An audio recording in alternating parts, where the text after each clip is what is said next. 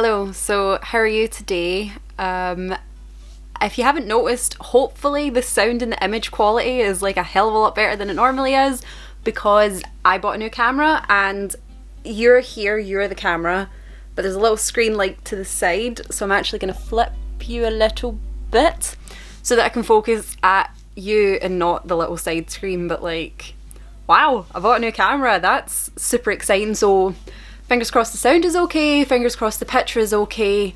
But anyway, today's video, I just wanted to have a little sit down chat, and today I would like to talk to you about finding your niche, or more specifically the fact that I do not have a niche. So yeah, in general I'm just going to be talking about niches. Niche as niches, niches, niche. So it's a niche and not a niche and not a niche. Okay. So I'm in a lot of small YouTuber like subreddits, and I follow a couple of people that will give you advice on, oh, if you're a small YouTuber, do this and watch yourself grow. And the biggest piece of advice that every single one of them give you is find your niche and stick with it. And there's a whole load of like technical reasons, algorithm reasons as to why you should do this, and it probably is some good advice, but I don't want a niche.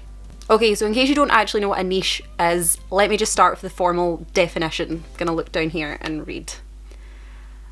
So niche is an adjective. It is denoting or relating to products, services, or interests that appeal to a small, specialised section of the population. But in YouTube terms, it's basically what's your category, what's unique about you. So Philip DeFranco does news, Rosanna Pansino does baking videos, Plumbella makes gaming content, Sophie and Dave do family vlogs, Glam and Gore does makeup and gore videos. But if you get my point, it's basically almost like their elevator pitch. What is their niche? What is their small little subcategory? Why do you specifically go to them? So hopefully you get the idea of what a niche is, and if you've watched any multiple of my videos, or if this is the first video you've seen of me, hi, my name is Simo. I don't even think I said that at the beginning of the video. But I don't have a niche, and there's a bit of me that kind of doesn't want a niche, even though getting one would help my channel grow. My brain is like a very chaotic space, and I have so many interests, but I've never had that one interest that I'm like, this is my whole life. And even in the past, if I've tried to like almost pin down something and I'm like, this is what I like, this is gonna be my thing, it burns me out really quickly and I just kind of stop liking it for a while.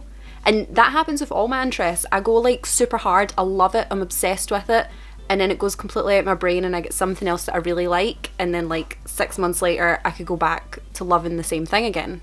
It's just basically not good for me to put all of my energy into one topic. So a really good example for me is ice skating. I love ice skating, it's been a huge part of my life. And even when I was younger, people would always ask, do you want to do it professionally? Do you want to become a coach? And I kind of never did. And that's the same with this channel. So all of my roller skating videos, they seem to do the best. So logic would dictate that I should then make all roller skating videos and hopefully my channel would grow.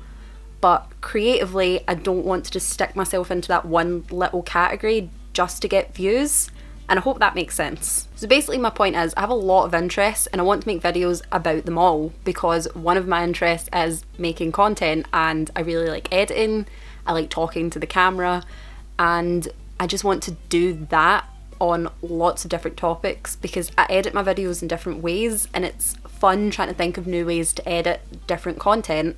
And if I stuck within a niche, then I kind of wouldn't get the same creative freedom. And don't get me wrong, thinking of so many different types of videos within your like niche is so creative. Like you can see just different people doing things. Like the Sims community will think of 1,001 different challenges, and it's all within that Sims niche.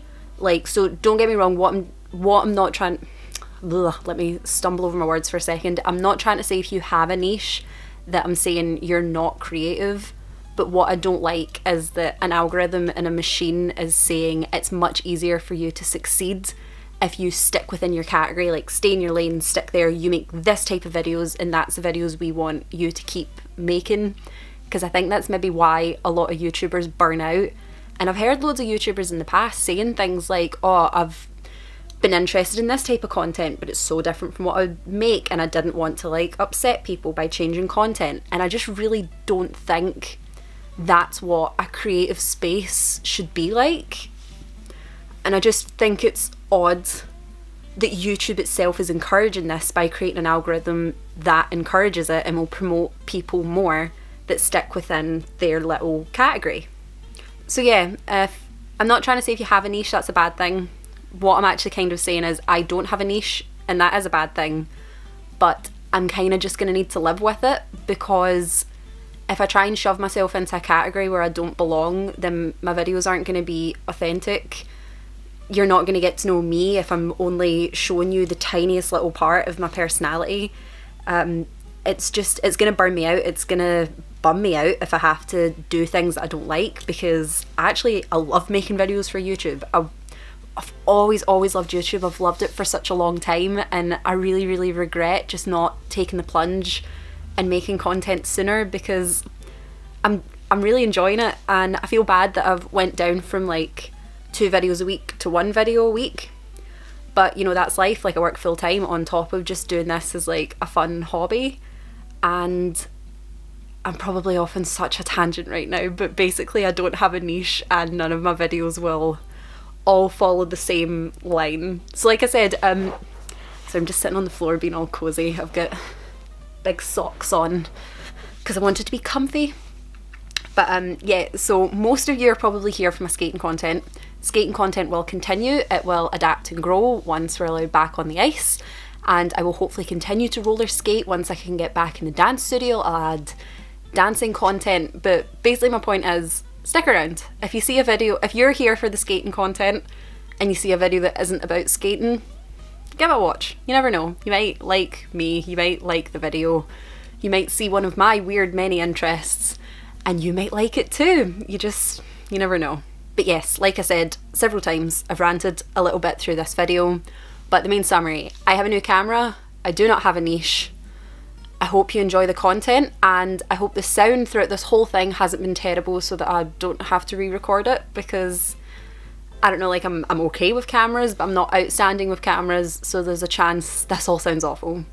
But anyway, I want to thank you so much for watching. Hit that subscribe button. You can like this video, share this video, because as I've just said, YouTube isn't going to promote my stuff, so if you're watching this, you're going to need to promote it. Anyway, thank you so much for watching. I hope you have a lovely day. Bye! I keep looking off at the side, even though I've flipped the screen round, I can see myself a little bit. Right, I'm looking at you directly. Okay, bye!